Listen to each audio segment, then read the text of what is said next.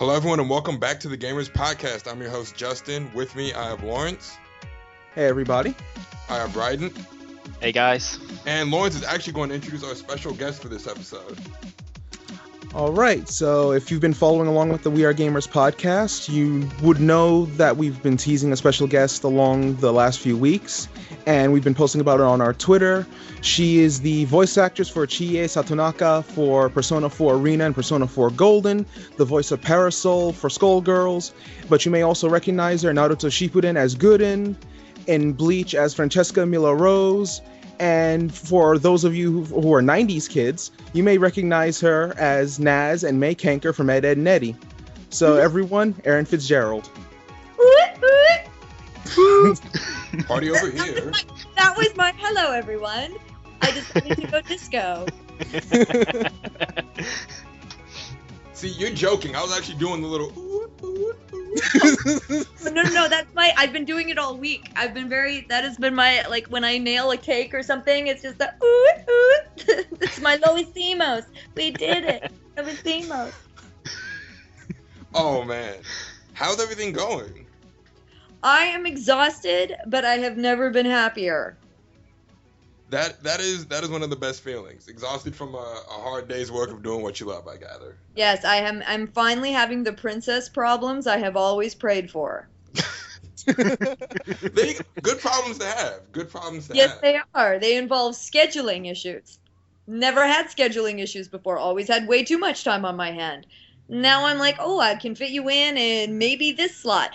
The best problem I've ever had in my life. Love it. See, I'm glad we caught you now, because in a couple months, you're going to blow up. You're going to be doing E3, Spike, all these other major things, and it's going to be like, hey, we talked. I like that. I like that prophecy. I received that. Claim it. There you go. Claim it. I will receive that to my cells.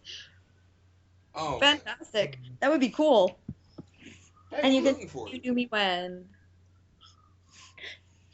So, where are my gamers at? What's going on, gamers? What's up? Like you said, good day. I can't really complain. As Lawrence teased before, we have the lovely Erin Fitzgerald with us. And anyone that follows the podcast know we all came together through Dynasty Wars. That's how we all kind of met. So I'd be remiss if I didn't at least ask you about a little bit about Sai Wenji, what it was like voicing her. That experience, really just like, how sweet is she? She is sweet as candy. She is, what I love about her, when I got cast as her, I mean, most people who know me as very hyperactive and very loud and kind of obnoxious. I can't help it. It's in my nature. But Sai Wenji was like the complete opposite of all those things. And she has this beautiful kind of lyrical quality about her that was so musical and rhythmic and sweet. That's real acting for me, playing her. Right? Because it's not I'm more like Chie Satonaka in real life. I'm not like Sai Wenji in real life. So when I go in to record her, it's always really fun where I'm like, okay, you need to play me the voice reference first of all, so I could get her feeling back in my body, because it's not a natural place for me to go. And then I get really quiet with her, and they have to turn the gain all the way up because she's so soft and gentle. I really enjoy that challenge. And that's a challenge for me to play that. It's a challenge to bring out that side of myself and really get in touch with that. So yeah, she's been, one of those parts I never imagined myself getting cast as, but so grateful that I got to play her, because she brings out qualities of myself that I think actually end up making me a better actor. Well, it definitely shows in both Dynasty Warriors 7 and 8. Just the performances, really, from everyone. I can tell they're going for more of a, I don't want to say realistic, but I guess more of a, that's what I'm going to use, a realistic take on it. More of a, hey, these are actual characters. Yes, we are exaggerating some things, but these are real people. And it always, when you get to do something from game to game to game, each time you come back to a character, you get a little deeper with that character. You're even more, it's easier to find the soul of that being, within you. So I do feel that it becomes more natural, even with, like with Chie Satanaka, even though I recorded those games out of order. I did Arena first, and then I did Golden. By Golden, I felt like I was much more natural with Chie because I'd already done an entire game with her. That's the same with Sai Wenji. By the time we got to 8, I'm like, okay, I know her now. I know who she is, so I can relax into her, which I think gives her a little bit more of a honest read.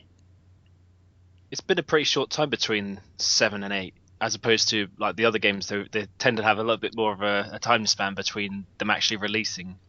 Right. These ones seem to be really quite close together, in line with the Japanese schedule. So I guess it's not close together in our world. Right. Yeah, in the recording world, I feel like when we went into record 8, I felt like it had been forever since we recorded 7. So did you do, because there's the expansions as well for 7? I know what we have is the Empire's expansion. They didn't actually record an English soundtrack for it, Right. but the Empire's version, which I think released, was it 2 years ago? Not Yeah, Empires, Extreme Legends. Yeah. Extreme Legends. Yeah, I think that was 2 years ago.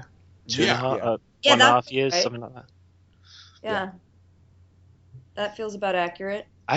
No, actually, it released last February because I bought my PlayStation 3 for it. But I there probably you go. recorded it 2 years ago, right? Like when I recorded it was probably 2 years ago.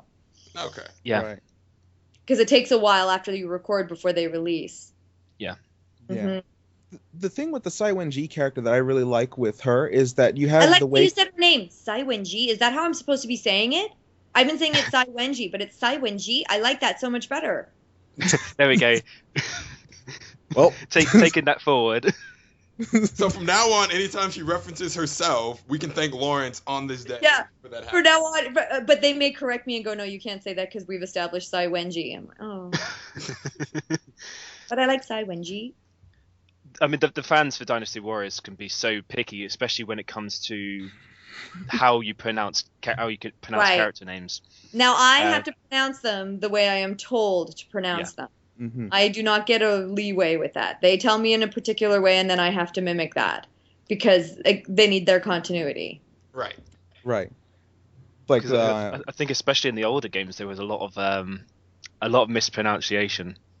I'm yeah. sure. And now you're stuck with it. Especially when it came, like Sao Sao, he was probably the worst one, because everyone always pronounced it as Cow Cow. Up Oh until, yeah. And then until in the number later games 5? they fixed Yeah. 5 they still had the mispronunciation. They fixed it for Warriors Orochi 1. And then they started fixing the pronunciations little by little until 7 where they fixed I think all of them. Oh, good.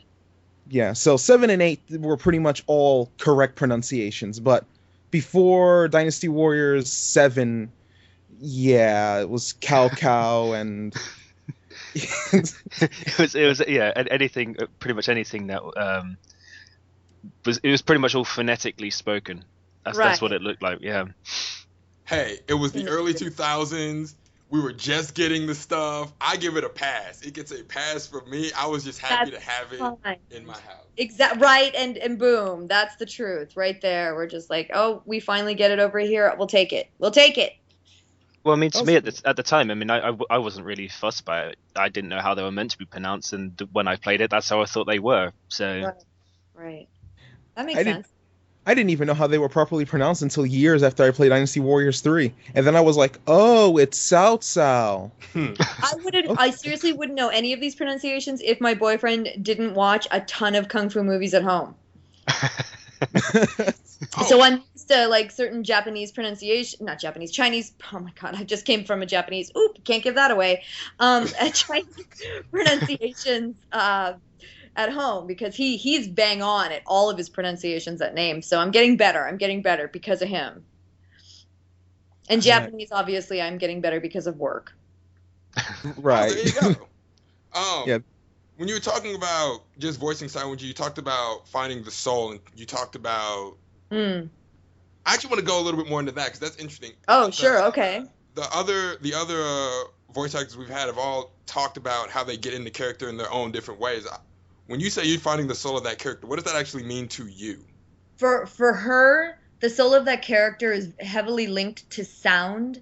And for me, sound is a divine aspect of the universe. The rhythm of life it's very musical. You know, the tides are musical, the moon is musical, just because it goes on a rhythm. And anything with a rhythm is sound related, even though it can be light related as well. So for her, I really feel she's a very spiritual character. So I really connected with, you know, the harp for her, the music, the rhythm, that flow. And so I would imagine that filling my entire being and filling like the cells of my body, and what would that feel like, and what would that, and how does that affect her, how she stands, and when she's speaking, how does that affect, how does that come out of her, how does she express what's going on within her? At least that might sound so froofy and cheesy, but that's how I work it with her. No, you could actually hear that a little bit. It's my technique. Don't make fun of me. Don't you judge me.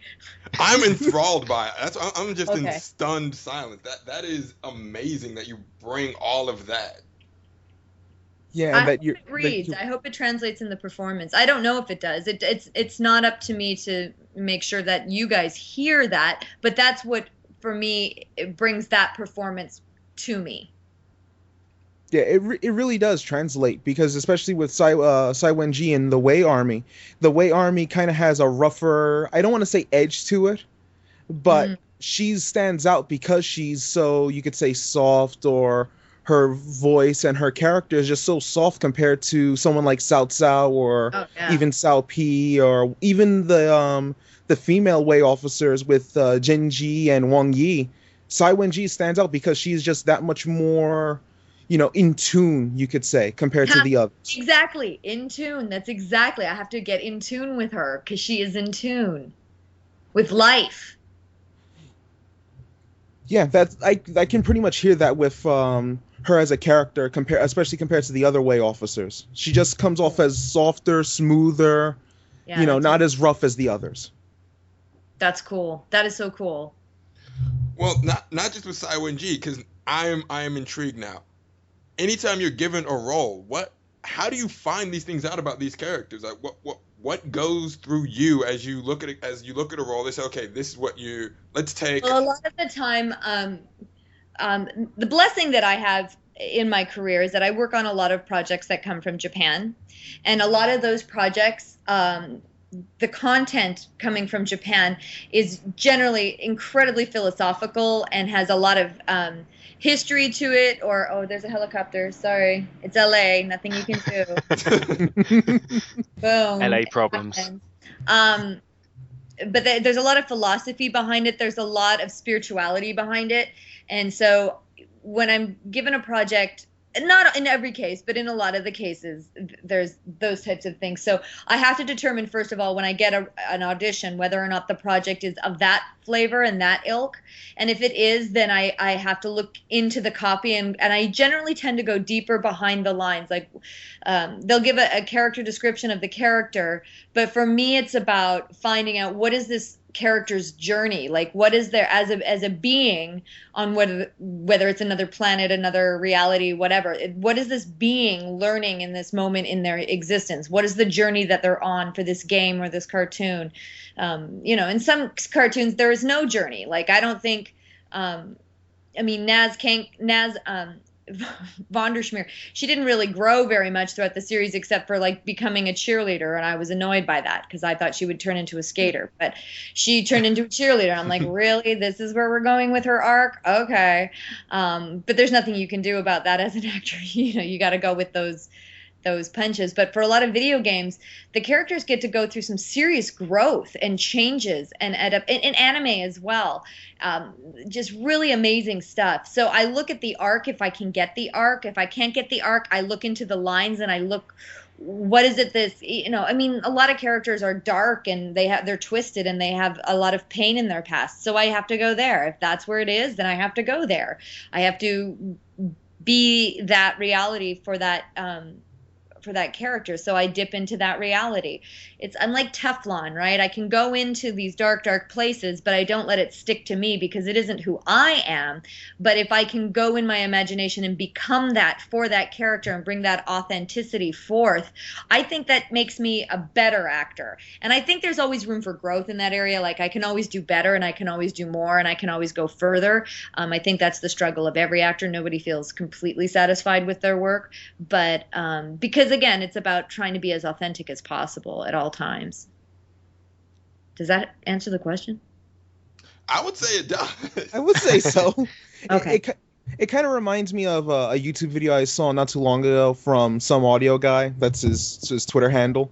Yeah. And it was pretty much a video discussing I don't want to say a problem with some commercial voices, but why some people don't get cast. And it's because they don't ask why they're playing the role. Why is the character saying this? Why are they going through this? I mean, it's old school acting 101. It's intention. Mm-hmm. Once you know your intention, it changes everything. And if your character is in denial about something and not wanting to admit something, you need to know that as the actor, but you can't project that as the character. They don't know. You have to be honest to what they know in that moment, even if you know the whole story. Right. You have to put yourself in that character's shoes, at least for that moment. Exactly. And yeah, exactly. Awesome. Cool. Awesome. Sort of, I guess, switching gears a little bit. Anyone that follows you on Twitter knows you were just at San Diego Comic-Con and you were having a blast. It's con season. So, indeed, we actually have Otakon up here in a couple weeks. It just hit me that Otakon is a couple weeks, so I need to get ready for that. Nice. Lucky. Hey, it's right down the street, Lawrence. Kind of. It's like a train away. So that's like me in London. Just a train ride away. A train ride away. This is how you gotta do. I'm a New Yorker, so that's why it's just a train ride away. Everything's a train ride away. Basically. It puts you right off in Baltimore. The convention center's right there. I'm just saying. But no, how was Comic-Con? What were you there for? And what did you do when you weren't on the clock, as it were? Okay. For years I've been going to Comic-Con as just a fan, just because I really what I like about Comic-Con is all the artists gather there, and because I do voices for a living, I very rarely get to sit down with the creators and the artists and the designers and the entire the brains of the operation. I get I'm kind of like voice actors or even regular television actors. We're the cherry on the sundae. We're the last piece of the puzzle after all of this preparation and pre-production has gone into play. So what I used to love about going to Comic-Con is going to panels and learning about, what do the artists do? How do they come up with this stuff? Where do they come up with the storylines and the character design and the character creation? And I'm very fascinated in that aspect of things because I don't ever get to see it. But the last few years, with more and more Hollywood stepping into Comic-Con and kind of taking over, the really good panels that I used to go to aren't really being offered anymore. Like, all the comic stuff I saw this year was like always Marvel related, and it's great that Marvel's doing so well and they're very, very good, but there's so many other comics out there than just the Marvel comics and so many other creators. It was harder for me. I didn't go to any panels this year. There were no panels. Oh, wow. And I've almost always gone to panels, and the panels I wanted to go to conflicted. Like, I was there for Mattel. I'm on three shows technically with Mattel. I'm on Monster High. I play 8 characters on Monster High. I play 2 characters on their new series called Ever After High, which is right now just small webisodes right now, and then I'm on another kids show called Polly Pocket. And so for Monster High, which is the big product out of Mattel that now is outselling Barbie, I was there to do signings and do a panel for them. But that left me with a lot of other time, and mostly all I did was walk the exhibition floor because I like seeing what the artists are doing. And I have an addiction to one artist and his little booth. Every year I'm always at the Hyperactive Monkey booth because it kind of like unites all the cartoony side of me with the kung fu side of my boyfriend, and we can buy everything at their booth, and it satisfies both of us. So like that Chie part of me is like, yeah, all this hyperactive monkey stuff, let's get it. It's so kung fu. You know, it's pretty cool. So I'm always at that booth buying everything, anything that they have that's new, because I'm over the years I've collected all their stuff and checking out the new stuff. Like I really like Moirtunes. This year I was introduced to Moirtunes, and that was a really cool characters and designs, and hopefully I would love to see that turned into a cartoon and just see what people are creating.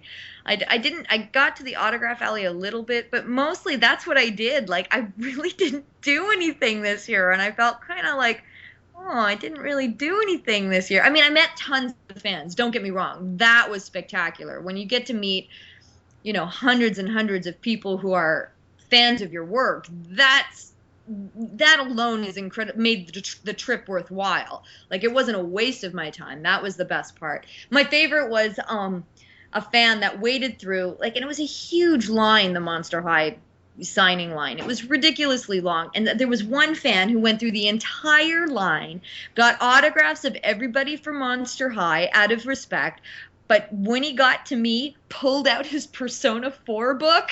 Nice. Signed this for me, and that was the best moment of the whole con, because a gamer stood in a Monster High line for who knows how long to get the autograph. I'm like, dude, you win. If there was a competition, you just win. That's dedication. So I wanted to try, my phone didn't work in the convention center, and I wanted to tweet my whereabouts. I really wanted to do a meeting for gamers, because I know a lot of gamers bring their swag to have it signed. But I couldn't tweet my location anywhere. So next year, my friends at the Hyperactive Monkey booth, they've said that they're gonna make a room for me at their booth, and we're gonna set times just for gamers, just so gamers can come by and get their stuff signed from me, so that I'll be somewhere, you know, and they'll know beforehand. So if my phone doesn't work, it doesn't matter. They know I'll be at the Hyperactive Monkey booth. They can get their consoles, games, whatever signed, and that'll be that. Because I'm finding more and more, unless it's like a game convention, the anime, like even at OzCon in Australia, it really didn't cater to the gamers. It was really for the animation stuff, which was cool, and I do a lot of animation.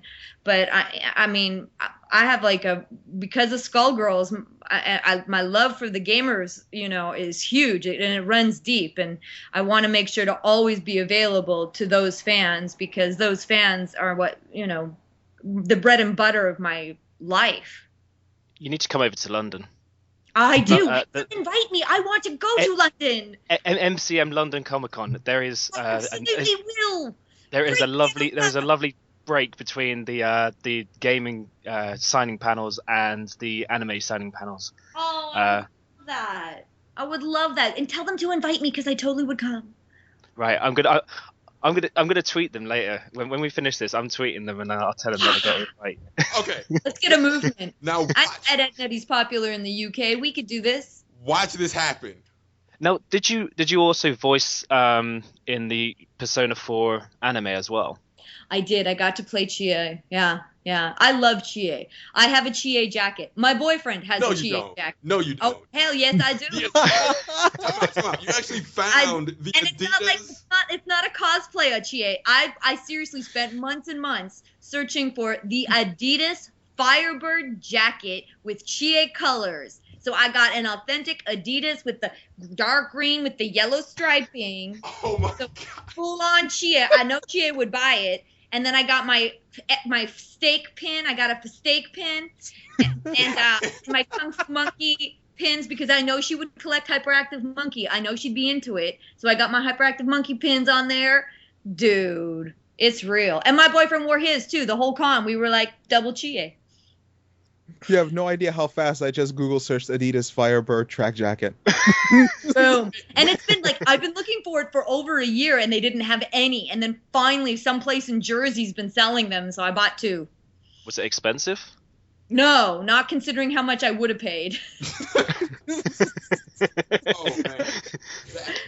That is amazing. You know what I mean? Now we just have to find, what is it?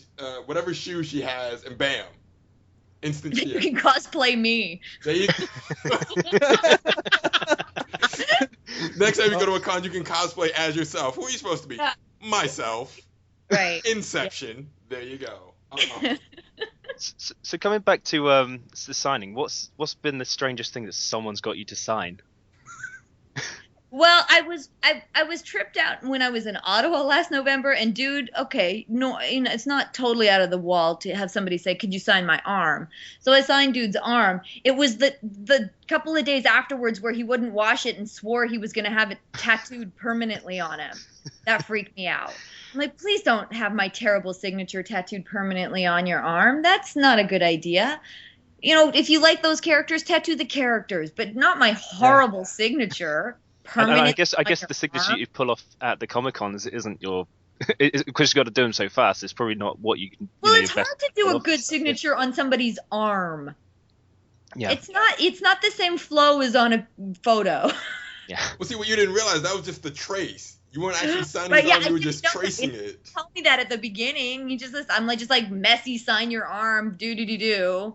Little did I. He didn't do it though. I'm pretty sure it rubbed off after 2 days. But I'm like, dude, you can't. I don't think I could live with myself thinking you actually tattooed that on your arm. Have you received any strange gifts from any fans as well? No, I did not. But some amazing fans in Australia showed up every day that I was signing and gifted Tim Tams to me, and I love them forever for that. That was the sweetest thing. Tim Tams, of course, are the most addictive thing on the planet. And, they didn't have to do that. That was just so above and beyond. I was really grateful for that. That was really sweet. All right, so the next con you show up at, we're getting the word out now. The bar is set. We're getting the word out now. Daily snacks, wherever Erin is. Put down snacks when you're exhausted. Water, snacks, it's always like, oh, thank God I forgot to eat today. You get tired. You get tired easily. Provide Erin with Tim Tams. No, it doesn't have to be Tim Tams. That was it was very good. I'll take healthy snacks, an apple, a banana. Those are always good too. Yes. I like apples, bananas, fruits, that type of thing. So. Yeah, I do too. That gets my vote. See, I should be eating Although more of that. chocolate biscuits from the UK would never be turned down. I am a Canadian and like my biscuits and tea. A hobnob. Proper biscuits and tea. Oh, Drink yes. the hobnob. I would never turn down a packet of hobnobs. Never. I wouldn't either. I love them. They're some of the best biscuits. I concur. See, right now I'm Googling hobnobs. I'm learning a lot today. There we go. See, this has been an awesome day of learning. Lawrence, if you ever come this way, you have to try them. Or you can go, I have an Indian grocery store around me, and they sell the hobnobs because they have a lot of British foods. Do they do the chocolate ones too? Yes. Chocolate because those biscuits. are amazing. Yeah, it goes with tea. That's it's like chocolate digestives. You guys miss exactly. What is this madness? You guys are missing a little piece of heaven in America because you don't do tea time. It's unfortunate. Yeah. You guys call them what do you call them? Crackers? No, cookies. Yeah, you'd call them cookies, but you guys don't even have biscuits. They have cookies. When they have a cookie break, they have chocolate chip cookies. It's a lot sweeter here. Yeah, I like the digestives because it's a little bit of that salt, and if you get the chocolate covered, it's a salt sweet. And they help with your digestion. You can't go wrong. Chocolate caramel digestives are the best. Okay, and that's just dirty. That's just dirty. That's like going Tim Tam. If you're going to do that, then expect to be 1,000 pounds. It's very difficult not to eat those every day and, I can do that every day. Oh my gosh. But they are terrible when you open a packet. You just can't stop. Oh, it's true. That's true.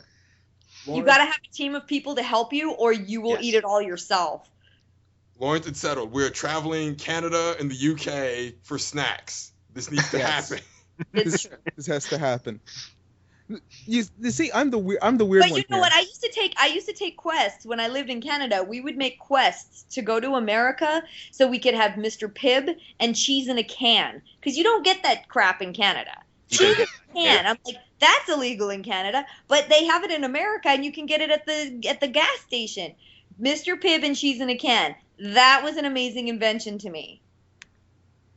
Wait. Wow. You actually mean cheese in a can is legit illegal in Canada?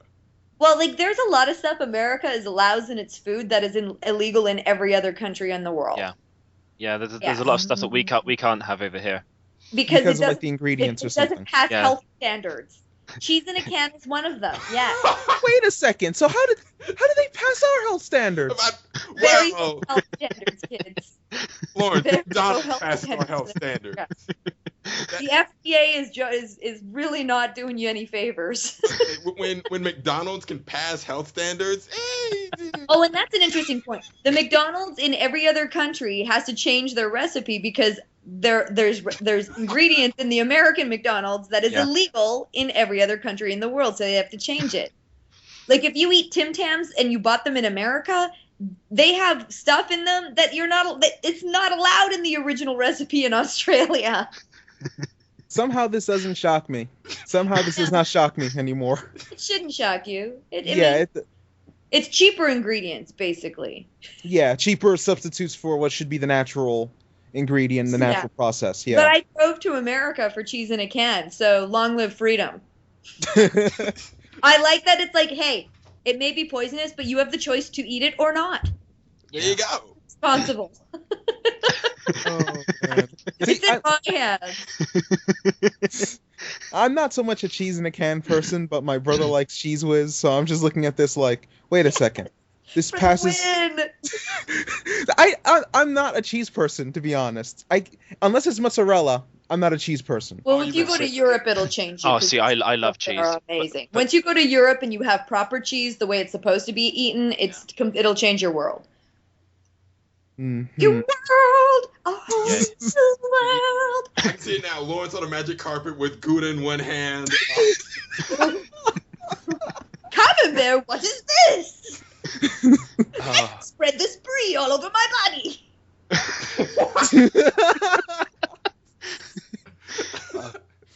Oh man! Again, things that need to happen. We're going on a worldwide trip for snacks and cheese. I'm okay. Now cheese, go. We're gonna be walking around like Jack Skellington in Nightmare Before Christmas. What's this? Yeah. What's this? That's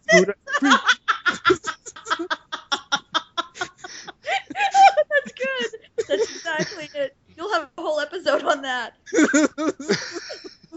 Oh man, I'm legit Awesome. here. Goodness. Oh. Oh, I love it. Oh, that's good. Oh man, I think I've got a tear. you're not the only one. I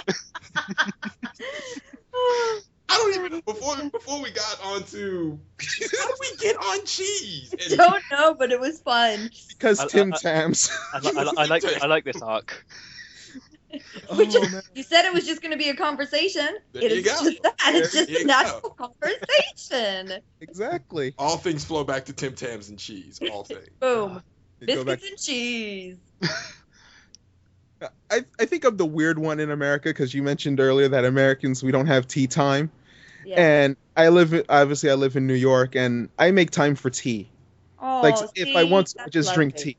See, I don't And drink you know what? tea. And it's easier on the East Coast because it can get really cool on the East Coast compared to the West Coast. And I'm an East Coast kind of. I feel like I'm an East Coast person because I spent a lot of my life in East Coast Canada, and I like tea a lot too. I have tea every day, I don't drink tea. I'm British. multiple times if I can. Right, and playing up the stereotype. No, I don't drink tea. That's the thing. Oh, you don't drink tea? No, I don't drink What tea. the I do eat crumpets. You almost lost the game. I was You about to almost say lost it the too. game. I was about to get you on it. He's fired. He's fired from England. Oh, man. Don't worry, Ryan. I'm Hispanic and I don't like coffee. we did a bit of a switch there, Lawrence. Yes. Both of you. I hate both of you. I'll see you guys later. Oh, well, that's it. And a scene. Oh man. Well, that's all the time we have. Right? And we're done. And done. Oh. No, you were talking about before the cons, gotta show love to the gaming community. you brought up Skullgirls. We were talking before the show, and really the entire story arc of how Skullgirls came to be, what it's come to be now, and just all the good it's done. Right. That fascinates me. I couldn't be more in love with the Skullgirls family if I had even given birth to them myself. You know, like there's just they are just that, and I don't just mean the designers, the programmers, Mike Z, Alex Ahad, and all the voice talent. I mean the entire Skullgirls community. It's just one giant extended family that when an egret shows up at a convention anywhere, they trump everything else that's going on. I will stop what I'm doing and have to be like, no, this person gets my attention, because seriously, if you knew what they did, you would give all of your attention to them too. Boom, that's it. Right. They win. For anyone listening that isn't aware of just everything Skullgirls has gone through, and Lawrence can correct me if I mess this up, which would be sad. We just talked about it 10 minutes ago and I'm messing it up. There was a fundraiser during Evo where people would donate for breast cancer in the name of a game. So you donate in the name of Evo. This was in the beginning of the year, but it was for Evo. Yeah, okay. to compete for a spot in Evo. Right. Yeah. So you donate in the name of Smash Brothers, Street Fighter 2 Turbo, and Skullgirls. This niche PSN Xbox arcade game. Indie game. Yeah, this indie game placed under Smash Brothers for second place, and that everyone was kind of like, "Wait, what?" And there were points where Skullgirls was above Smash Brothers. It did for a minute. It was fascinating. It was so neck and neck, and you know, Smash Brothers has a huge following from years, and it's been around forever. So the fact that like they would get into the tens of thousands of dollars is like, okay, that makes sense for Smash Brothers, because if they have hundreds and thousands of fans and everybody donates $1, why wouldn't they make, $90,000, raise that much money? Right. But for Skullgirls, the tiny little indie game to all of a sudden hits, from $60,000 to $70,000 to $78,000, and then there was a couple of minutes where Skullgirls was ahead of Smash Brothers, and Smash Brothers, somebody would drop like $10,000 for Smash Brothers to be ahead again.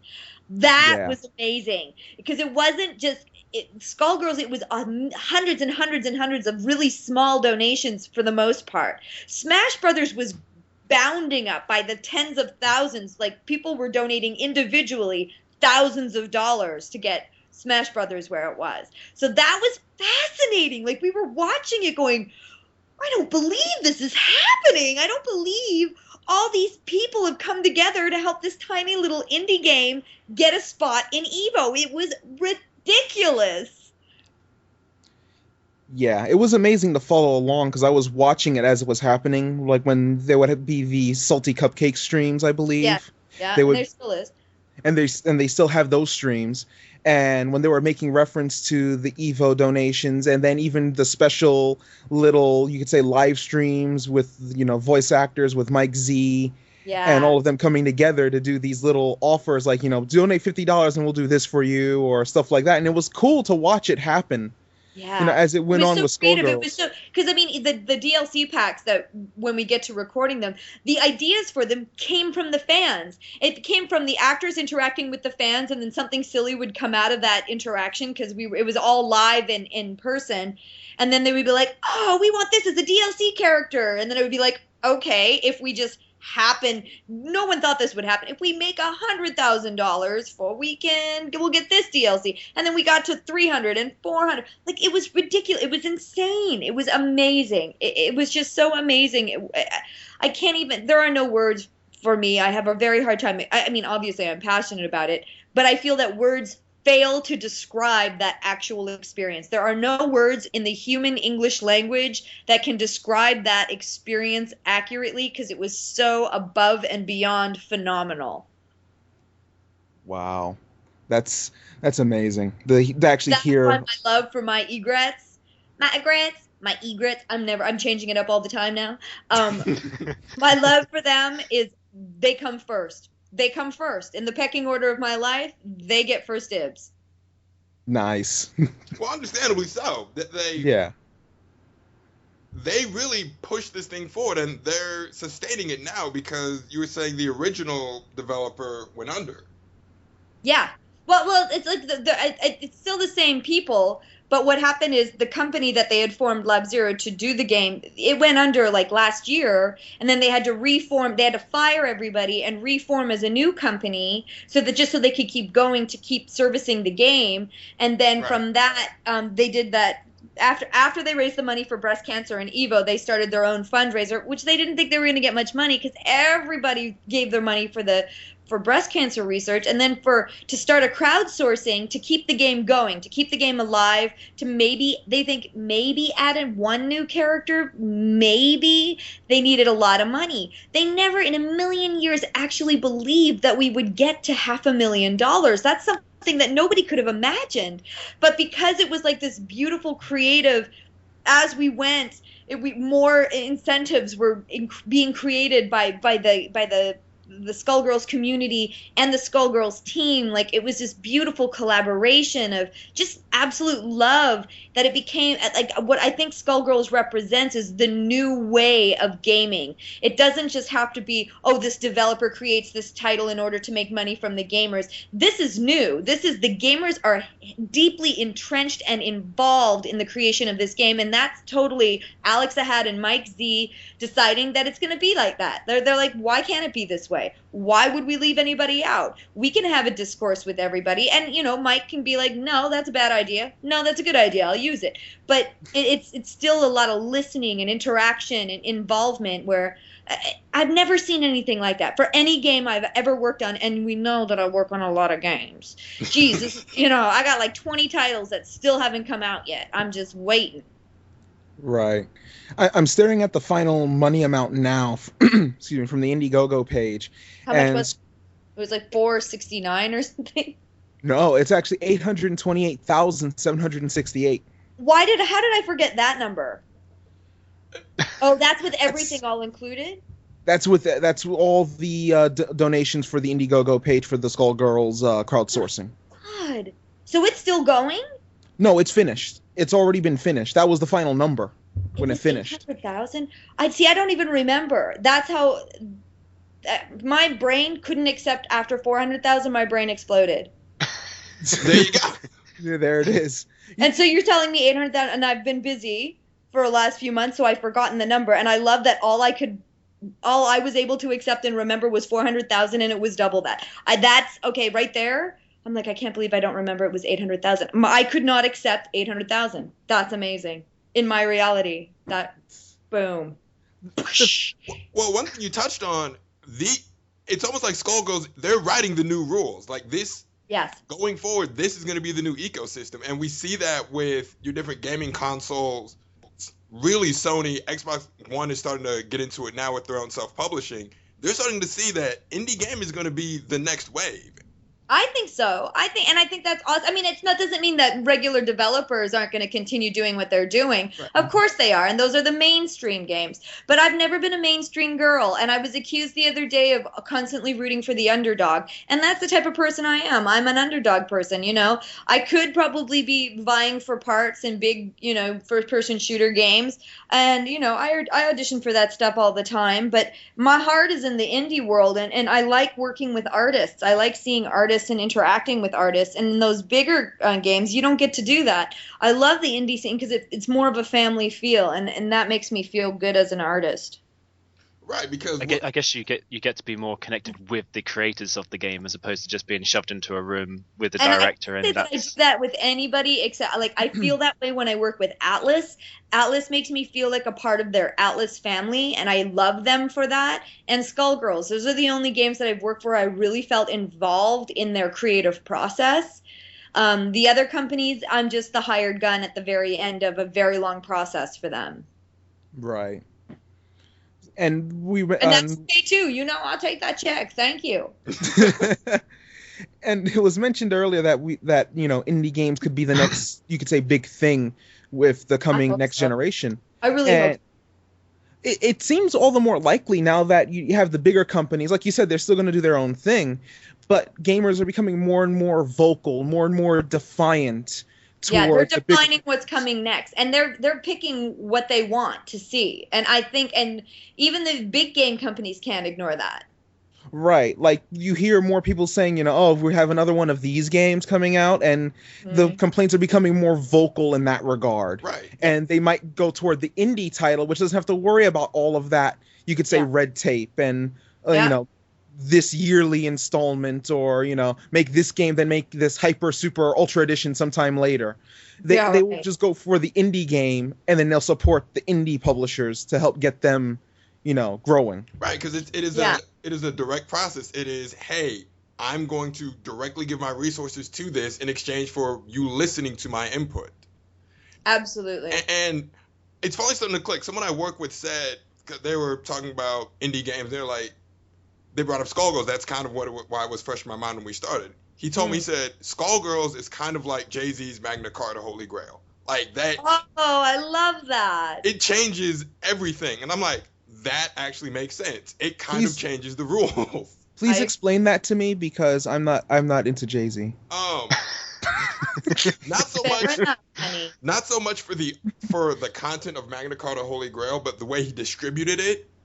They had to rewrite the rules on how we decide what a platinum record is. Because how did he distribute it? Samsung had an app. Samsung bought 1 million plus copies in advance. So before the album was physically released, he went platinum. And so if you download the app on, a couple days before the CD is released, you get to download the entire album. And the way it kind of changes the rules is, the big fear of publishers in music is, how can I release music while still controlling the content, while still controlling people paying for it? But if another company pays for it and they've already got their copies, the publisher says, hey, I've already got my money, I'm okay with this. The person buying it says, I control distribution, so you have to come through me to get distribution. And you're no longer worried about controlling the content itself, because it's, in a sense, paid for. Right. The way we're talking about indie games now, the studios now don't have to worry about following the AAA formula. They can go directly to the fans and say, what do you want? What is it that you will play? What do you want to see in a game like this? This is the story I'm trying to tell. I want your input on how we can improve on it, or what will make you want to buy it. That's great to me, because like Erin was saying, that's really for the artists. Yeah, absolutely. I could see that. Yeah. So I can understand that when put that way. It pretty much helps them get their product out there, is what you're saying. Exactly. It doesn't make, and they don't have to overprice it. Like Skullgirls is $15 to download.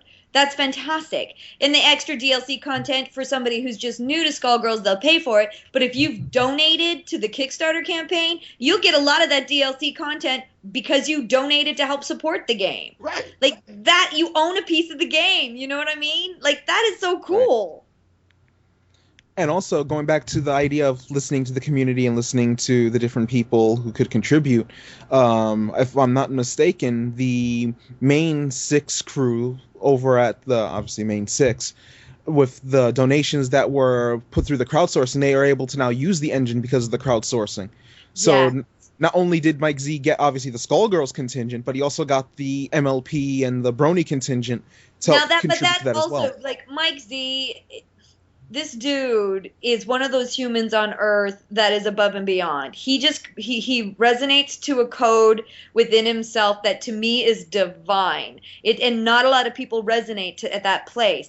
And he just does what's right. He just does what's right. And it's not a judgment on an opinion of what's right and wrong. He just knows in his heart, he's got a very clear dharma within himself, and he just does the right thing. What is the most loving and kind act? He naturally, it's in his nature to do. And that whole, giving the platform to someone else, I would, even if it weren't the Kickstarter campaign, I bet that Mike would have worked that out for them one way or the other, just because he is that kind of dude.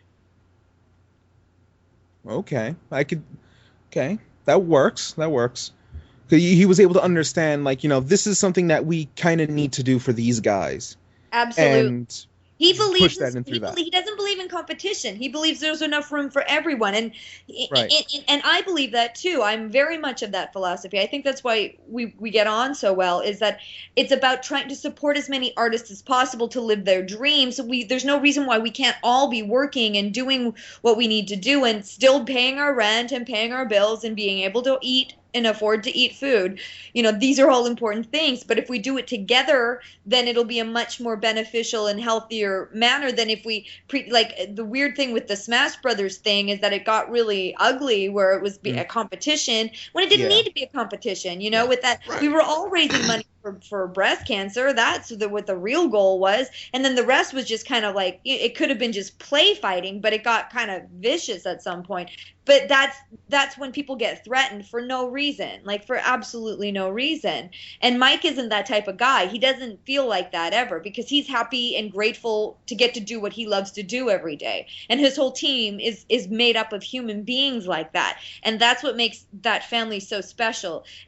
To all the voice actors, they're the sweetest, most kind, wonderful human beings you'll ever meet on the planet. They would never wish anyone harm. They would all, they would be, they want everybody to succeed. It's such a love ball family. All right, that's a good way to describe it. I'm stealing it, by the way. I'm writing love ball down now, and I'm stealing it. That's okay. I stole it from someone else, so. See, we are passing the love ball back and forth, spreading Pass the love ball on. There you go. Some people are just love balls, There you go. I'm down with it. Yeah. Going back to what you said about when the donations were starting to get a little ugly, I was seeing parts of that with like the Smash Brothers stream and stuff like that. And I know it's not just the Smash Brothers fandom, but it's just the ones that I noticed. And I noticed that it was getting to the point of just, the Skullgirls fans did this much, donate this much, haha, we're ahead of them. Yeah. But it started getting like that. They never talked about the breast cancer. They were always about them winning, but they never talked about the breast cancer, which was fascinating to me. That's what I noticed as well. They never mentioned that. The difference is one game was made up of female characters with very jiggly breasts, and the other game wasn't. So it was actually in the best interest as girls all voicing these female characters. Most of us are affected personally with somebody or some directly with breast cancer, so it became the issue. It was really about raising that money for breast cancer. If we got into Evo, great, but seriously, the breast cancer thing was a big deal for the Skullgirls side of things because there was a lot of girls involved in the Skullgirls side of things. Yeah, pretty much. It's still linked back to the main crux of the donations. But I think that's one of the things that makes Skullgirls as great as it is. It really is largely, you have a large female cast. And that's changing. I think Skullgirls changed a paradigm. Yes. Since Skullgirls, in the last year, I've been recording games, and I can say this, with a lot more female character leads. A lot more. I have been working my ass off in games, which is unusual because usually we're kind of like fighting with each other just to get one tiny part because there's usually 1,000 guys and maybe 2 girls. But this last year, the girl characters are representing. I'm in love with them. They are fierce. They are awesome. Boom. And that's all the gaming community for supporting any game with female characters. And because the developers never thought that kind of stuff would sell. But of course it does. Like, I don't understand what it takes indie games to school the big boys, Yes. Yeah. When E3 happened, one of the discussions we had. Oh man. Well, we couldn't go either. We were all just watching. But when Xbox had their presentation, me, Lawrence, and Ryan all had the exact same thought. We're like, no female leads in anything Microsoft showed. Okay, right. I mean, I guess, but it's 2013. Like, wake up! What's selling, dudes? Wake up! Not even what's selling. I'm noticing as we're all growing in the gaming community, I'm noticing we've come a long way from Princess Peach, and from nice. No. I got from Princess Peach to Super Mario Brothers to Princess Peach, her game on the DS. Like that is that one singular character has grown so much in the years because people are finally starting to say, hey, we can write women as people. Now, and I got to give props where props is due. Japan has been doing it for a long time. Japan has been creating content with amazing female characters from animated games forever. It's just that North America, when they pull out games, it's all boy heavy. They're like, well, that doesn't really sell. But look at who's the biggest fan base of My Little Pony. It's not all of the females. Like they're not getting it. They're not getting it. Yeah, if you said that back in the 80s, it would have been a different story, but... But this new MLP really got the male contingent going on with it. Right? I have to say, I started watching the new My Little Pony because... You're not turning into a brony as well, are you? Well... You own that, baby. If you a brony, that's okay. See, it hasn't grown that much on me yet, but I can see why everyone likes it. So I'm watching it with my fiance's nephew, and the first episode I saw, they had this one pony that turned out to be a succubus and summoned what was essentially the legions of hell, and I'm like, what? Right? What? Oh, I think you caught the last episode of season 2. But I guess I love that you know that. I'm like, whoa. That's awesome. This one. But like, it's the bottom line is audiences are more sophisticated and can handle content. Exactly. It's not about whether they're male or female characters. It's about these characters who are going on a journey, and whether they're male or females, audiences will connect. They don't. Those lines are blurred. All of that whole spectrum thing. You know, the new generation is so much more sophisticated than my generation ever was with these things, because we were spoon-fed certain media and we fell for it. You guys have got so much indie stuff to break away, and you guys are creating your own content, and you're also creating your own lives in such a way that is so different, and it's such a breakaway, and it's so freeing, and I'm so in awe, and I find it so admirable that I'm excited on the projects that I've been working on. I know that the reason that they're as good as they are is because of the gamers. I know that's the only reason they're so awesome. It's because the gamers have made their statements, and you're being heard. And I know I can't talk about any of this yet, but you're being heard. So keep talking. Keep on with the forums. Keep talking to each other. Keep talking about what you love. Talk about what you love, because talking about what you don't like doesn't help them, because they just think, oh, we got to get rid of this. We got to get rid of this. But it doesn't tell them what to replace it with. Talk about what you love in your games. Talk about what you love in content. Talk about what it is that you want to see. They're reading. They got all of these companies have people reading the forums, the blogs, listening to podcasts. Just keep voicing it, because you're affecting the universe. It's amazing. Yeah, because I mean, as a page moderator, I see a lot of negative comments, and you just when you see the negative comments that aren't constructive, they don't help anybody. No, negative comments never help anybody. And the problem with negative comments is once you start, and you know this, we all know this, once you start complaining about anything, you get stuck on a complaint loop, and then you're stuck in your head complaining, and then you have a crummy day. And it's so hard to switch that. But if you just delete in your head and go, okay, I'm not going to complain about this. Yes, this is something I don't like. But instead of complaining about what I don't like, let's focus on what I do like. Because when you focus on the good qualities of someone instead of their bad qualities, you bring out more of the good qualities. So if you focus on the good qualities of something rather than the bad qualities, you're inviting more of the good stuff. If you focus on the bad stuff, that's all you're going to get is more bad stuff. And nobody wants that. Then you're just in a cesspool of yuck. Yeah.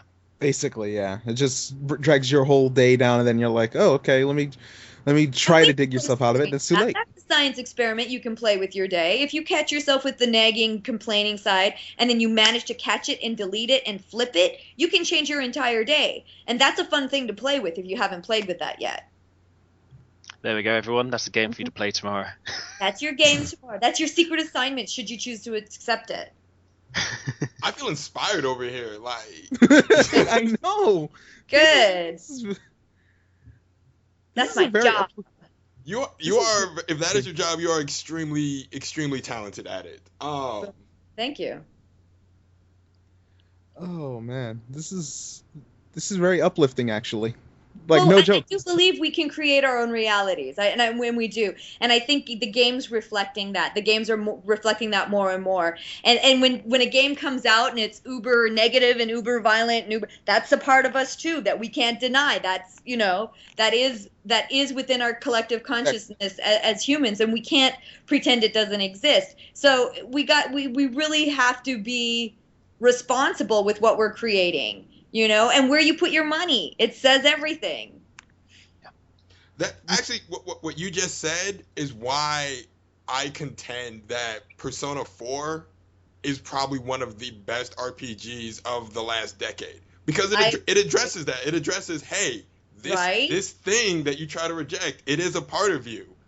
I went through such a personal challenge with that. At the same time that I was playing Chie, I was also being faced with my own, and I'm like, I can't. And I get why I was cast in this game in part of my own journey.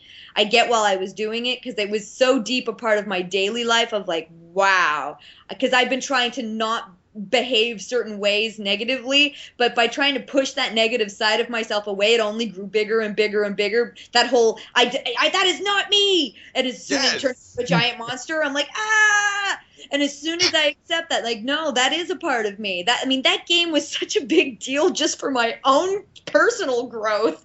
I'm like, if it does that for anybody else out there, then this is the most genius game ever created, like above and beyond. Well done.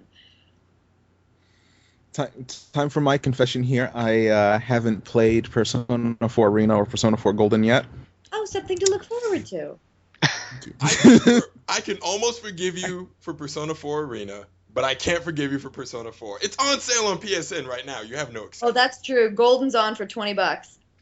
Yes, it is. It actually is. You're staring at it right now, aren't you? No, I actually have to consider that, because I have wanted to play Persona 4 for a while. I just haven't gotten to it. Now, that's understandable, because it's an investment of time, Oh, yes. It's a journey. Once you get on that Persona 4, it's like reading the Harry Potter series. You're in for 7 books. You're going to be hooked, and there's no getting out. Whether you want to or not, you won't be able to put it down. You stop at the end of the 3rd book. You're like, I'm not going to read anymore because I don't like it, but I want to know what happens. There you go. Dang. Oh boy. And I think that's the appeal of not just Persona 4, but really a lot of these games. They create such beautiful worlds and stories that they put you in them. It's like, this isn't just this person's story. This is your story. And the gamer and the developers themselves, because the gamers have proven themselves to be so much more sophisticated, they're taking greater risks. Like, there's a game coming out that I'm in that I'm so excited to play because my fangirl lost its mind every 5 minutes in the recording session. And I was standing next to Yuri Lowenthal the whole time recording, and we were just like when we're both we fan out over the same kind of geeky stuff. And every reference to our child, like, there were so many references. There were so many genius references in this game. We were losing the plot. It was insane. And I'm so excited for that game just so I can play it. And it was such very sophisticated, and nothing's been done like it. It's just, I'm so excited. Now we have to wait for that game to be announced for whatever it might be. It's going to be in the next few months, so you don't have to wait that long. Yes. That's cool. Huzzah. Going back to what you mentioned about how you could say gaming's paradigm has changed in regards to female leads and stuff like that you were mentioning. I actually have a question in from someone who listened to the podcast. His name's Charles. Hi, Charles. And he wanted to ask, since he's a Hyperdimension Neptunia fan. Yay! He loves your portrayal of Noir, aka Blackheart, in Hyperdimension Neptunia. And he wanted to ask about if you've heard anything about the Hyperdimension Neptunia anime being dubbed and the 3 Vita titles. This is what I know about this. Okay. I know that Funimation from Texas has the licensing for the anime. Now, I don't know if I'll get to keep the job because obviously they're in Texas. I don't know how that works. I have heard tell of some actors flying out to Texas to record. I don't know if Funimation ever brings projects to LA to keep the original cast. I have no idea how that works. I wish I did. I wish I could say I was going to play Noir for the series. I would love to keep my role as Noir. It breaks my heart to think that I might be recast for a part that I've played so many games in this far, and I'm really invested in that character, and I have no interest in giving up that part to anybody else for any reason. But how geography plays an issue in this particular case. I'm hoping that Funimation reaches out to me one way or the other, because I'm willing to work something out with them. I don't care, but I don't know what that would be, and I don't know what that would look like. So I have sent some feelers to try and investigate to see if I can do that, but I don't know what their plans are. I don't know if they're even planning on dubbing the series. I really don't know. I guess it just feels wrong if the character that you've become so invested in just gets taken away as someone else then cut, like in recent case with the Metal Gear Solid franchise. The character who plays the main guy in all the Metal Gear Solid series, he's been recast in the 5th game with someone else as the voice actor. That sucks, man. That sucks. And there's another game I just did, and it was so hard and fantastic and amazing and just juicy as hell. Amazing game. It's in the exact same situation as Hyperdimension, where I know that there's going to be an anime series. I know Funimation has the license, but who knows if they'll keep me or just recast. And I want any part I've ever played. I don't ever want to give up those parts. I love those characters. I'm fully invested in, and I'm willing to work with developers and licensees and licensors or whatever that works is, but they don't usually give a crap about the actor's opinion. So it's on the fans to let them know that you want me to stay in that part. And if the fans demand it before it even starts recording, like making sure, hey, is Erin going to stay on as Noir Blackheart? We really want Erin to stay as Noir Blackheart. If the fans make a big, a deal about that, then maybe they will, keep the original cast. I don't know, but I know me just asking doesn't ensure anything except for it looks like an actor trying to keep their job. Has there ever been a character that you've not got on with? That I've not enjoyed? Yeah, or maybe not quite connected with at all. Oh, I had a really hard time playing the character of Cherry and Saber Marionette J. That was the hardest character I've ever had to play because she was very subservient to her master, and she would say stuff to him. And I was in my early 20s when I recorded her, and I was definitely more of a riot girl than anything. And to be saying, "Master, can I get you your bath?" I was like, I would look at the director, piercing eyes, like, "Are you kidding me? You want me to say what to this man?" All my feminists at that time, I was very fiercely feminist, and I've certainly softened up in my age. I'm like, I don't really care that much anymore, because I get fan service now. I understand fan service now. At that time, I didn't understand fan service, and I was like, this just feels sexist as hell. What am I saying to this dude? It was hard. It was really hard. I had to really get to a place of making fun of it for me to record that part. Oh, wow. That also actually goes back to another question Charles has, because he's also a Disgaea fan. And, nice! And he realized that you are credited for the role of Plenaire, I believe it's pronounced. Yep. Yes, I am. But he looked at it and asked, how can one be credited for voicing a mute? Yes, isn't that basic? She's basically mute. But not completely. But not completely. But I don't remember. I don't remember. Maybe it was in the thought form or something. I don't even remember. I know let me look at the... But I'm not mistaken. Plenaire doesn't speak during the game, but in actual gameplay, she'll do the standard hey stuff like that. Like she actually. Oh, like the battle grunts and stuff like that. Right. I'm pretty sure she says stuff when you're actually using her. Well, there you go. Then that could be because I got really confused with the Disgaea stuff because I also did what was that? Hang on, I gotta find it. The Prinny stuff. Yes. Yes. And I thought that I was mixing up my characters in Prinny with the Disgaea at that time. I was very confused. So, but yeah, I remember I did record it. I record stuff for her. I don't remember what I said. I see like a bunch of characters in that game. Because he wanted me to ask, how does one get credited for voicing a mute character, basically? Hey, I play Sona in League of Legends, and she's mute too. And she has lines. Explain that. Oh, okay. Mind blown. Yes! Telepathy. She speaks with her telepathy, you know. They get around it in a million other ways, so. I don't know if Plenaire was telepathic. I don't remember. I don't believe she was. But I think she spent a lot of her dialogue just... I'm sure she could think. Silence, and I think it might have just been the battle grunts, because I can kind of hear... Well, yeah, but I don't know if she has, like, actual thought dialogue. I don't know.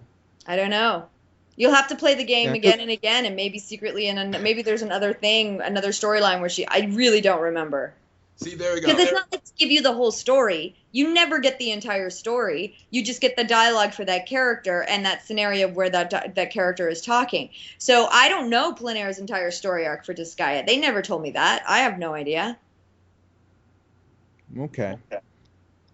So you mentioned before about voicing multiple characters. If they're only giving you a piece, are you able to piece together the story based on what everyone else knows? Depends on how big the part is. This game I've been working on the last month, I know every aspect of this game because I had a huge part. So I'm very excited because I know the entire game and I'm dying to play it. The other one that I was talking about that I'm fangirling over that I can hardly wait till it's being released in the next few months, I was a huge part, so I know pretty much every aspect of that game. But there are lots of games where there's hundreds and hundreds of characters, and I only get that little chunk from the dialogue, so I have no idea what's going on, except for that scenario, for being in that moment, for that character, what that character's intention is for that scene in that moment. That may be all the information I'm given. Okay. Does that go the same for the anime as well? Absolutely. All right. Well, hold on. Possible. I never knew what the hell was going on with Bleach. I don't think anyone That's does. okay. We don't either. We're reading the manga every week, and we're like, you know what? Whatever, Kubo. Like, I don't know. With Bleach, it's gotten to the point where I kind of get it. Because I know with Aizen, they slipped into this weird... I don't even know what to call it. Exactly. Yeah, I don't know. I mean, apparently editors got on Kubo's case for the Fullbring arc, so they rushed the end of the Fullbring arc, if I heard correctly.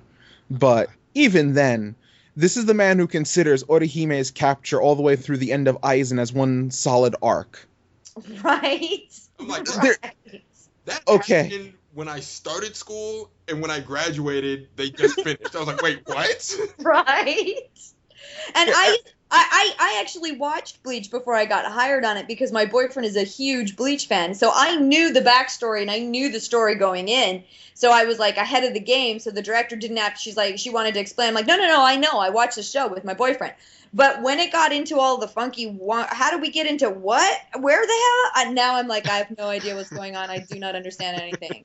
What is this? I don't even. How did I become a lion? When did this happen? Oh man.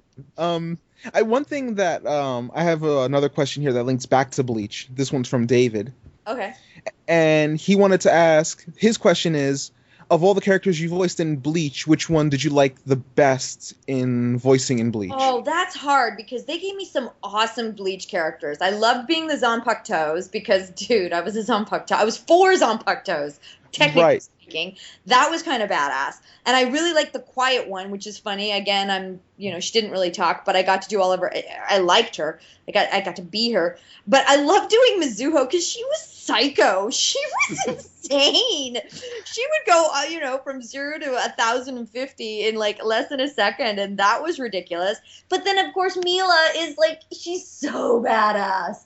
And my favorite story about Mila Francesca Rose is that I put her picture as on my personal Facebook page. I was very excited to play her, and I put her as my my profile picture, and somebody reported my profile, and it got shut down because she was like, you know, the way way she dresses. Yes. I had to start a whole new Facebook account from scratch. Oh, wow. Are you serious? Because of Mila Rose's picture. That's just crazy. Oh, yeah, that's when I started a fan page and was like, I need to keep my fan pictures over here where people don't complain about them. Yeah. Yeah, considering what gets by on Facebook, I would say that's kind of... some pictures that are in real life, and I'm like, really? Really? Somebody complained about a cartoon? Okay. Oh, man.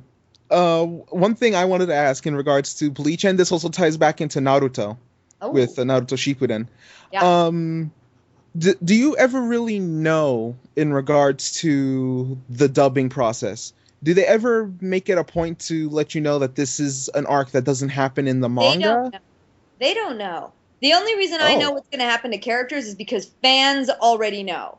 Fans will be like, you're playing this character? Let me tell you that in the Japanese, I finished the manga, in episode 337, you come back. I'm like, really? Thanks. Good to know I have a job. But the studios don't know until they get the content from the distributor.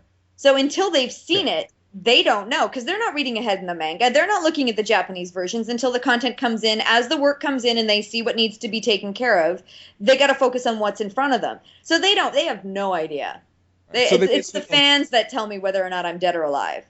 Okay, so they don't let you know, like, oh, this is a filler character. This character does not appear in the manga. They're anime only. They don't even let you know that much. They have no idea, because they're not reading the manga. They're not... They're a production company. They're not involved in the manga at all. They're involved in dubbing. Right. They don't have time for that. They're not getting paid for that. You know what I mean? They get paid very little to dub a series. It's not a lot of money. Okay. Yeah, so they don't get that kind of time at all. But like for Gurren and Naruto Shippuden, I knew that was going to be an arc because they had that many episodes ahead, so they could see, okay, this is going to be a storyline, and the director goes that far ahead because she knew what she needed to record. That was an easy one to say. This is, you're going to be in for a few episodes because there's an arc here. Right. But for Bleach, you never know, because everybody Bleach was so all over the place with the characters. I'm like, I don't know. Maybe this one will come back. Maybe not. Okay. This one's dead. That doesn't mean anything. It really doesn't. And in regards to Gooden, David also wanted to ask, did you like voicing the character Gooden and Gooden's character arc? Come on now. She was amazing. Again, the Japanese are so amazing at the journey of soul, like Gurren being one type and totally wanting to be, the next Orochimaru and wanting to be the badass queen bee of all things, to turning into a mother figure. Like, who would have guessed that arc would occur? That was such an amazing thing to get to act, to have to go so far internally to discover that challenge and to make that switch over. And I mean, it's not one-dimensional characters they're creating, it's really deep stuff. That was amazing. Right, because he asked this simply because and Mary Elizabeth McGlynn, the director for that, she's an actor's actor. You know what I mean? Like, right. She's so good as an actor that what she demands of you as a director is so juicy. You just like, oh man. I mean, I only have ever gotten to really work with her on that and maybe some small other things. But when I get to work with her, like, she's badass. She's amazing. Twice you've almost lost the game. Twice. I've almost lost the game twice, but I didn't. Mm-hmm. My money's still on Raiden losing the game. I've almost said things. Almost, but we didn't. He's tired. It has to be 1 a.m. at his time zone. It is 1 a.m. Yeah, you're right. Wow. He's got the it's stacked against him. Yeah.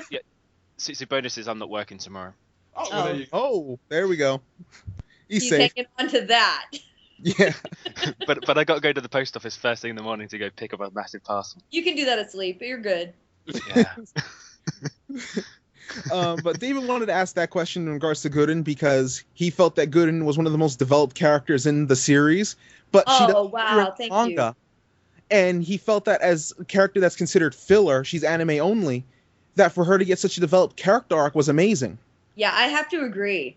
And I really wanted to honor that, and the director really wanted to make sure that that was represented too. Right. That's cool.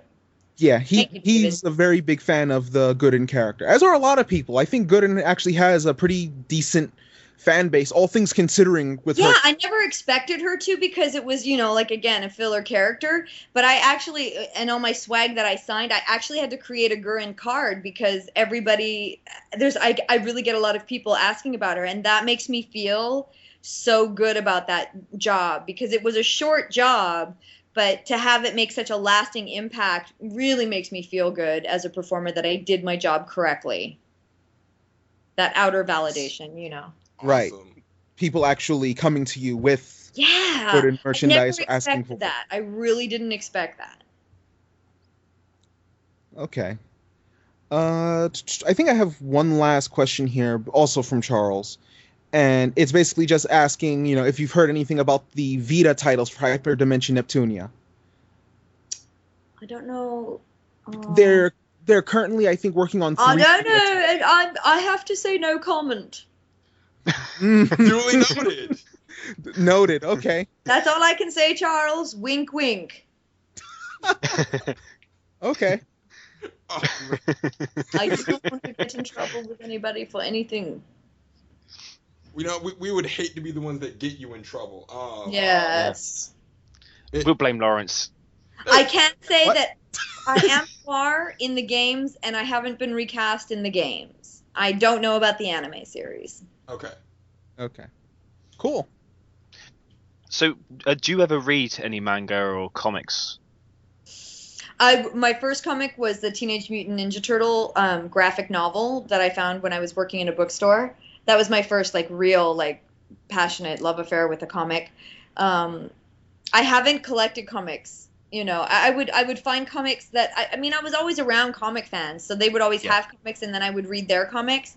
And then I discovered in 2000 that my cousin, who I didn't know existed, we didn't know of each other our entire lifetimes. My cousin lived in LA and was a creator of a huge comic series with his friend Mike McFarland. And they had a series on HBO, and I didn't know that this was my cousin, and I discovered him in 2000. And so that was kind of amazing. And Wait a minute. Yeah. Can you guess who it might be? Same last name. It's on the... I know this. Hold on. No, I'm ashamed of myself. I should know this. Mike McFarlane shows on HBO. Not Mike McFarlane. Pardon me. Todd McFarlane. Todd McFarlane. He wrote comics with Todd McFarlane. They created a series, a comic series that turned into a show on HBO. I don't know why I said Mike McFarlane. Oh, probably because he's... Sorry. That's a voice actor. Wait, Spawn? Yeah. Yep. That was the first thing that came into my head. Yeah.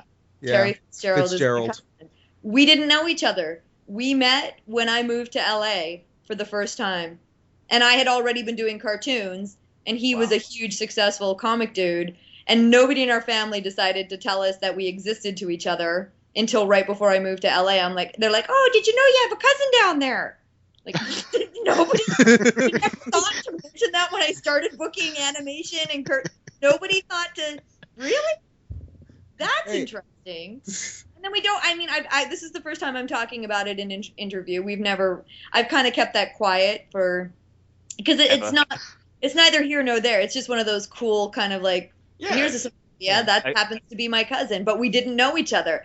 It would have been. I wonder what would have happened if we'd known each other and built our careers at the same time. But we didn't. It's been totally separate, and we're still totally separate doing our thing. But we're doing kind of the same thing, which is awesome. And every once in a while, we've crossed over a little bit, which is fun. But mostly, we're just awesome. I was going to say it's quite connected. It's in the blood, It's in the blood. That's wicked. I could just imagine the conversation. Okay, I'm moving to LA.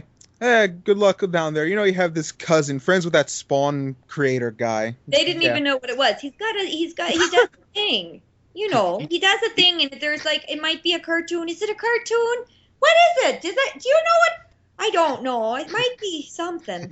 He does drawing. He's an artist. Yeah, he's an artist. I think he works on comics. The world is a lot smaller than we realize. Wow. Yeah. Well, and that closed my world up. I'm like, what? That it was a trip, you know, and it was an interesting, because I mean, when I first met him, and I didn't want to be like, hey, new cousin, I'm now living in LA. Could you hook me up? Because that just felt yucky. I'm not that kind of person. So he was really awesome at letting me do my own thing and rebuild my own career. So I knew it was 100% mine, you know. And I'm sure, you know, he's this really sweet, amazing guy. He's really, I'm very lucky that, you know, he's related to me. I'm very impressed with his body of work, and his talent is, you know, it's immeasurable. So before you moved to LA, what was it like for work? I lived in Vancouver, and I started out in theater and television and film. I spent hundreds of hours doing that, but it wasn't very satisfying because I'm a character actor, and in my 20s, you know, they don't cast 20-year-old looking girls as characters. There was no good characters for you. They usually just like slash horror victims or something. Yeah, or no, the best I could get would be like a junkie or a hooker. That was as character-y as 20-year-old characters got on TV. So in theater, there was no good characters for the 20-year-old women. It's all the juicy characters are for 40 up. So voice acting I started doing there, and I booked Ed, Edd and Eddy there. It was an all Canadian content created cartoon that aired on Cartoon Network when the Cartoon Network was invented. I did love Ed, Edd and Eddy. Thank you. I loved it too. I've seen every episode of that, including the finale that they aired. That is awesome. All right, so I have to ask: have you heard the fan theory about Ed, Edd and Eddy? Yes, Danny Antonucci posted it on Facebook, and I was like, dude. Which fan theory is this one? Go ahead. The fan theory that the cul-de-sac is actually purgatory, and all the kids are actually dead. I heard about that one. It's genius. It's flawless. You can't argue. It's totally a tight case. I love it. I think it's brilliant. Oh man! That just reminds me of like the Pokemon fan theory, that the anime fan theory, that everything that's going on in the anime is actually Ash in a coma, which is why he never ages. And this is all his dream. This is all his dream. It. Oh no! I love that kind of stuff. I'll give you... Someone recently put something like that with the Rugrats and said it was all in Angelica's head. All right. I will give you a worse one for Pokemon. There's a fan theory in the first one, when you find your rival at the graveyard. Oh yes, I know this one. Oh man. He's actually at the graveyard because in your last battle, you injured one of his Pokemon and he couldn't get it to the center in time. Yeah, I heard about that one and I kind of discarded it, but then I thought about it. I'm like, wait a second. He doesn't have that Pokemon in any battle from the gravesite onward. Oh. Like, I'm just like, the things we come up with as fans for these universes, I don't know, do you feel like that adds to the universe at large, or is it just one of those, it's nice to think about? Say again? I said, when the fans come up with these additional theories that add on to the story, do you feel like that actually adds value to the story, or is it just... Absolutely. I think that it's like a painter who finishes a painting.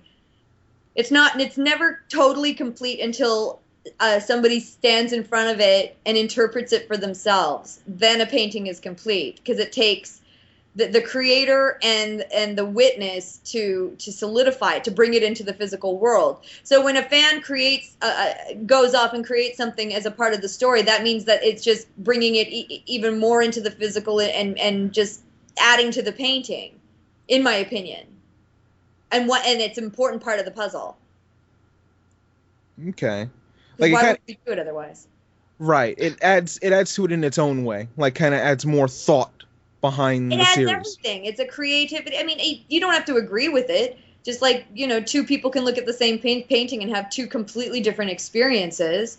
That doesn't matter, but it adds to the lore of the actual created thing. It adds to the world, the dimension. It's like every cosplayer, every fan fiction. It adds to the universe of that thing. It exists, whether you like it or not. Right. So might as well just roll with it a little bit. Exactly. Okay.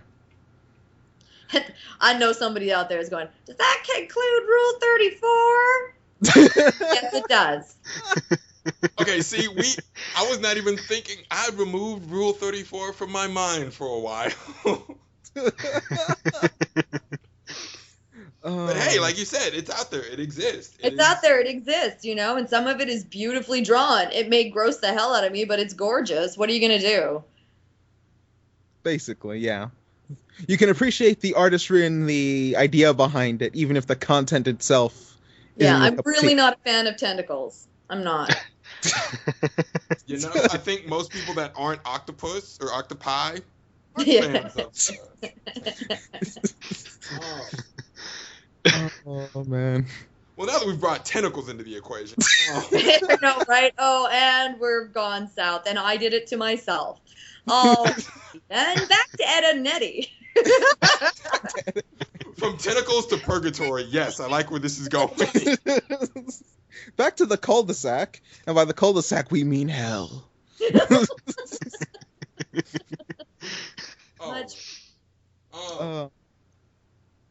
Let me see here. I have one last question from David, and he wanted to ask, from your preference, from the work you've done, do you prefer dubbing in anime, recording for cartoons, or recording for video games? Okay, well, dubbing for anime is the least creative because you don't get a lot of say. A lot of the time, they're short on time, they're short on money, and they want you to do it a specific way. Even if it's a rare director that lets you take the character where you want it to go, most directors are like, no, it has to fit into this, and has to do this, and it has to sound like this. I'm like, meh. And that's always tough. For a lot of anime. Not all anime, but for a lot of anime. So anime is hard. It's a hard job for very little pay. I like the challenge, but it's a hard job for very little pay, and I don't feel like I get to put a lot of personal creativity behind it. For a prelay animation, in most cases, it's almost like kids in a candy store. You get to run free a lot. Like when I work on Wild Grinders with Yuri Lowenthal and Kel Mitchell, and like that's mayhem. Where there's stuff we come up with in the studio that will end up in an episode the following week because the creator will be like, "That was genius. Now we're gonna write an entire episode on it."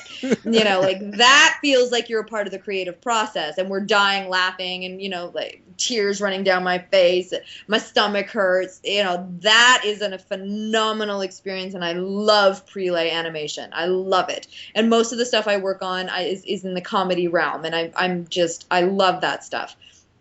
I like video games just as much as I love prelay because I get more of a story arc with video games. Like the characters generally go through a major journey because the stuff that I book tends to be like, with huge cannons and lots of backstory, and the characters are amazing. Like that's just been the last year of just real juiciness in the last year. So video games have risen up for me to be comparable to prelay animation. And that before, video games weren't up at that level because the stuff I was getting was like kind of mediocre, and the girl characters weren't the world's best. It was kind of like, yeah, whatever. But now it's getting super juicy, and things are getting really interesting, and the characters I'm getting cast in, I'm really invested in. And, like today, for example, I was working on a game, and in the course of 2 hours, I had to bawl my eyes out, then be really happy, bawl my eyes out, then be really happy, bawl my eyes out, then be really happy. I was all over the map. It was a wild journey today,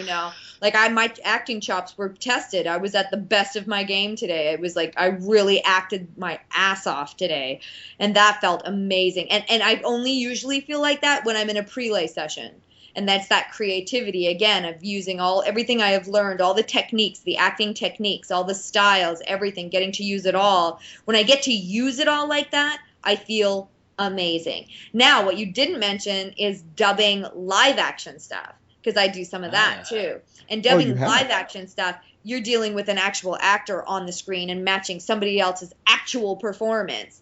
And that is a whole other animal in itself too. And that can be really fun and creative because you're trying to honor the original actor. You're trying to do the lip syncing. Culturally, there's usually a major difference. So you're trying to make that work. And so it's really creative in a completely more of a problem solving way than anything else. So that can be really fun too. I guess when you've watched these films and you see the or, you've watched them with the dub, and in a lot of cases it looks, especially with the older films, looks so cheesy and out of sync and stuff. I'm a fan of classic kung fu movies, so I love cheesy dub.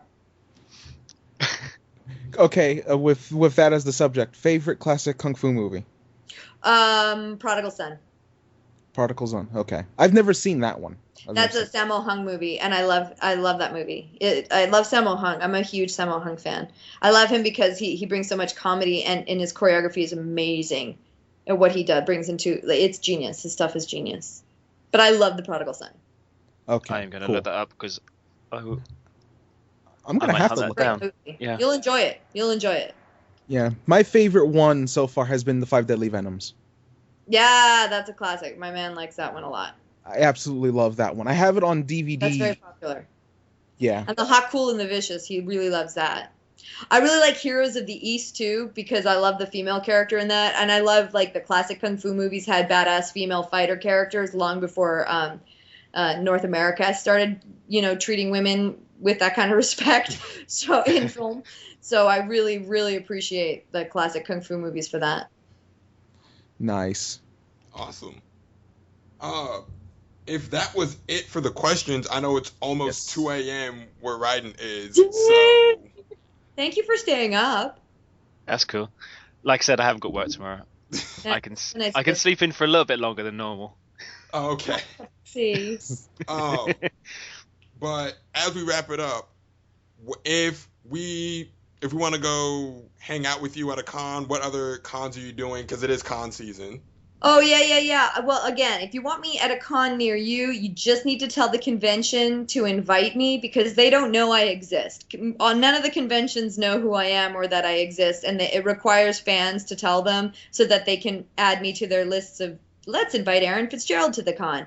My next con for this year is going to be in Albuquerque, New Mexico, and I think it's over Halloween weekend. I'm not really sure what the dates are. I'm going to write them, but I know it's over Halloween weekend. That Halloween weekend there, Albuquerque, New Mexico. Join me there. That'll be awesome. Bring Tam Tams? Yeah. Bring fruit. Bring me fruit. I'm always good for fruit. A banana. Woohoo! Yep, there you go. You're just gonna be inundated with fruit. You have to bring someone will have to bring a fruit bowl. I'll take it. All right, Erin, thank you. This has been amazing. This has been awesome. You've been awesome, and you guys are awesome. That was really fun. Well, I'm glad you had fun. I had a big giggle. That was great. We talked about cheese. We did. We talked about cheese and how certain cheeses are illegal outside of America.